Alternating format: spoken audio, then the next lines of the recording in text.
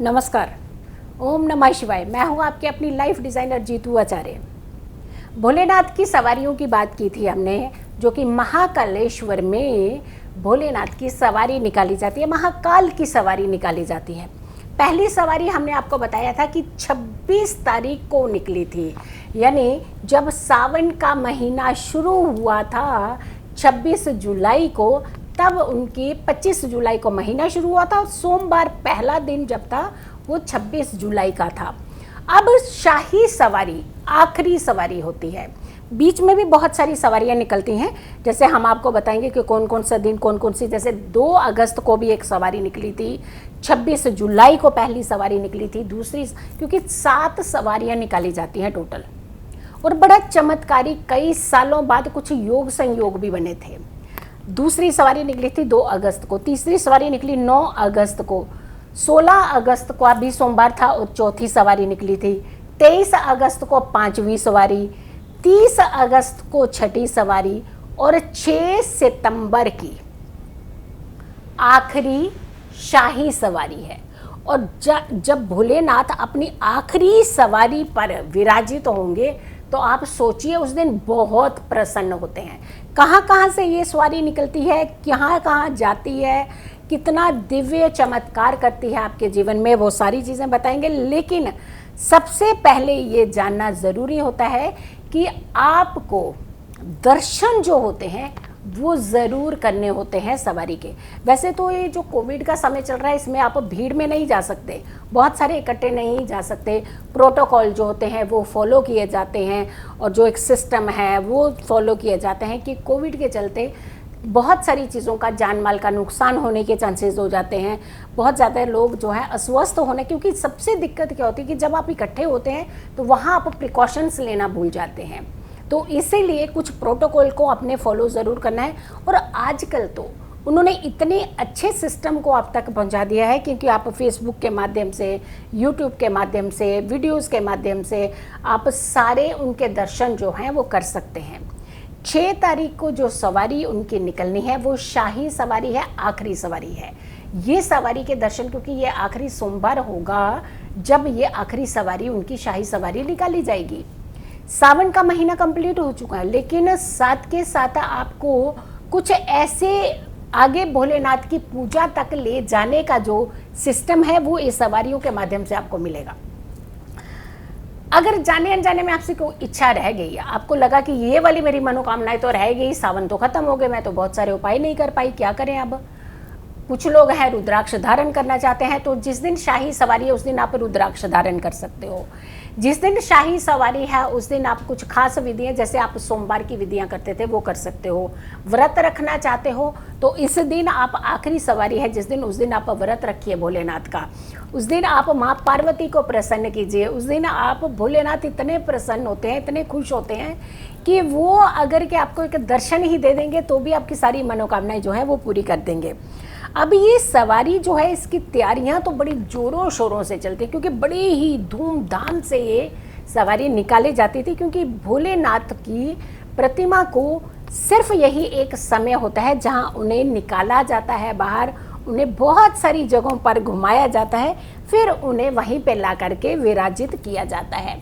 तो सोचिए ये कितना भव्य दृश्य होगा जब आप भोलेनाथ को हमेशा महाकालेश्वर मंदिर के अंदर ही देखते हैं, तो जब वो दर्शन आपको बाहर निकल करके देने आएंगे तो कितना अमेजिंग वो समय होगा जब आपने दर्शन ज़रूर करने हैं और अपनी सारी मनोकामनाएं रखनी है। और साथ के साथ अगर व्रत रख सके तो ज़रूर रखिएगा, जैसे सेम सोमवार का व्रत होता है, क्योंकि सोमवार का दिन ही है और आपने वो व्रत भी आप रख सकते हैं। अब सबसे बड़ी बात आती है कि ये सवारियां जो हैं ये कहाँ कहाँ से निकलेंगी, कहाँ कहाँ आप लोग दर्शन कर सकते हैं और किस साइड से वो होते हुए जाएंगी। क्या वो पार्वती के घर की तरफ जाएंगी, क्या वो गणेश जी के पास भी जाएंगी क्या? तो आपने सबसे पहले ये देखना है, 2-3 चीज़ों का ध्यान रखना है। एक तो सबसे पहले जो मेन चीज़ का अपने प्रिकॉशंस लेने हैं, भीड़ भाड़ में नहीं जाना है, घर के ही आप वीडियो के माध्यम से ही आप दर्शन कीजिएगा तो ज़्यादा आपके लिए फ़ायदेमंद रहेगा। अब महाकालेश्वर मंदिर से होते हुए वो गणेश मंदिर की तरफ जाएगी सवारी, फिर उसके बाद हर सिद्धि मंदिर के पास जाएगी, वहाँ से होते हुए गुजरते हुए वो नरसिंह घाट पर जाती है। फिर उसके बाद सिद्ध आश्रम में जाती है ये सवारी। फिर उसके बाद शिप्रा के जो घाट है राम घाट, वहाँ पहुँचती है और वहाँ पर भी उनका भव्य स्वागत, क्योंकि जहाँ जहाँ ये सवारी जाएगी, जिस जिस रास्ते से होकर के जाएगी, वो हम आपको इसीलिए बता रहे हैं क्योंकि अगर आप मान लीजिए हरसिद्धि मंदिर के आसपास रहते हैं तो आप सारे दर्शन ज़रूर कीजिए। बाहर निकलिए, अपने घरों से बाहर निकल करके आप उनके दर्शन ज़रूर कीजिएगा।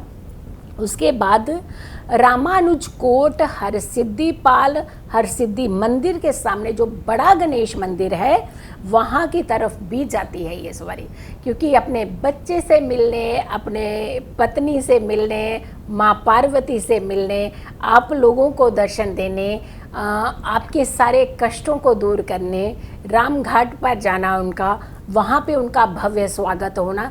तो ये महाकालेश्वर का ये बड़ा दिव्य चमत्कार होता है। उस दिन भोलेनाथ आपके जीवन के सारे कष्ट दूर करते हैं, बाहर निकल करके आते हैं कि आपके जीवन की जितनी समस्याएं हैं मात्र उनके दर्शन से आप पूरी कर सकते हैं, अपने कष्टों को तकलीफ मुक्त कर सकते हैं, अपने जीवन को तकलीफ मुक्त कर सकते हैं। हर जगह रंगोली सजी होती है, सजावट की होती है, भगवान भोलेनाथ का स्मरण किया होता है, जयकारे किए जाते हैं, बहुत ही दिव्य और भव्य दृश्य होता है। बहुत सारे लोग पहले इतना आतिशबाजी ये सब चीज़ें भी करते थे, लेकिन जैसे ये समय है, इस समय तो ये चीज़ें नहीं हो पा रही है। लेकिन आप क्या कर सकते हैं, आपको क्या करना चाहिए? ये सावन के महीना खत्म होने के बाद ये शाही सवारी का आखिरी सोमवार होता है, जिस दिन ये शाही सवारी निकाली जाएगी। कई सालों के बाद ये योग बना है। अगर सावन के आप व्रत करना भूल गए हैं या नहीं कर पाए, कई बार महिलाएं होती हैं अशुद्ध होती हैं, नहीं रख पाती हैं और उन्हें अंदर ये रहता है कि हमने व्रत नहीं रखे, तो इस समय इस तारीख को 6 अक्टूबर का व्रत आप ज़रूर कर सकते हैं सावन का। अगर पूरे सावन के महीने का फल मिलेगा आपको इसमें, इस व्रत के माध्यम से।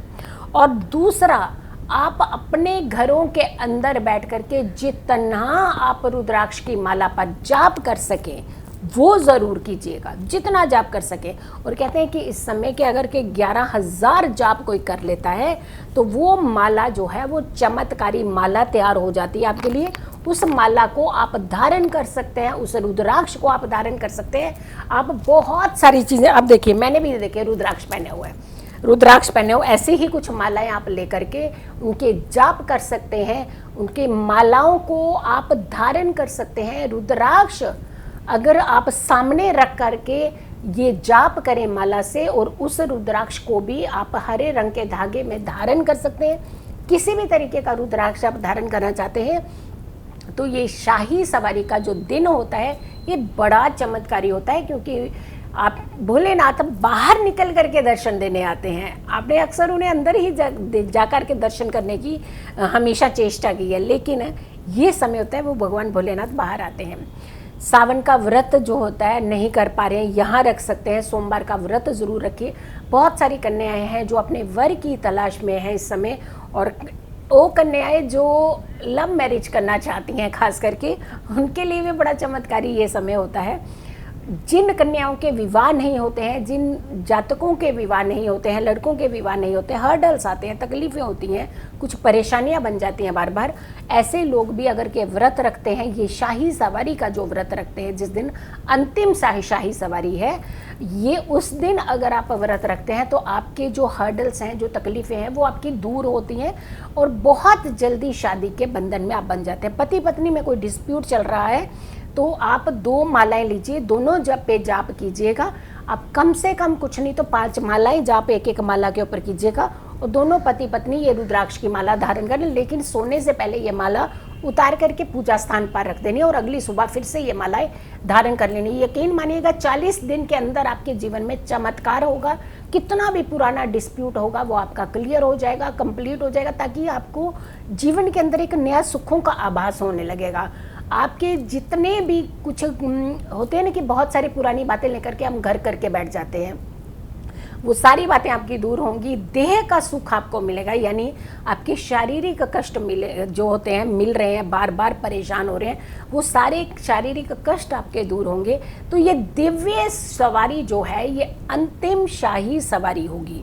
तो ऐसे में अगर सावन में कुछ विधियां नहीं कर पाए तो इस दिन आप सारे उपाय, 6 अक्टूबर का दिन है, याद रखिएगा, पूरा दिन बड़ा भक्तिमय होने वाला है। ये आपने चाहे वीडियो के माध्यम से, चाहे फेसबुक के माध्यम से, चाहे कैसे भी दर्शन कीजिएगा, ज़रूर कीजिएगा महाकालेश्वर के दर्शन, महाकाल के दर्शन कीजिएगा, ताकि आपके जीवन के सारे कष्ट जो हैं भोलेनाथ दूर कर दें। इस वीडियो को ज़्यादा से ज़्यादा शेयर कीजिएगा, बहुत सारे लोगों तक शेयर कीजिएगा, ताकि सब लोग इस वीडियो के माध्यम से उस महाकाल के दर्शन कर सकें जिनके बारे में उनको नहीं मालूम है कि कितना दिव्य इस समय चमत्कार आपके जीवन में हो सकता है। खुश रहिए, स्वस्थ रहिए, पॉजिटिव रहिए। पॉजिटिव रहते हैं तो हर समस्या से हम दूर रहते हैं। जल्दी हाजिर होंगे एक अच्छी वीडियो के साथ, तब तक के लिए नमस्कार।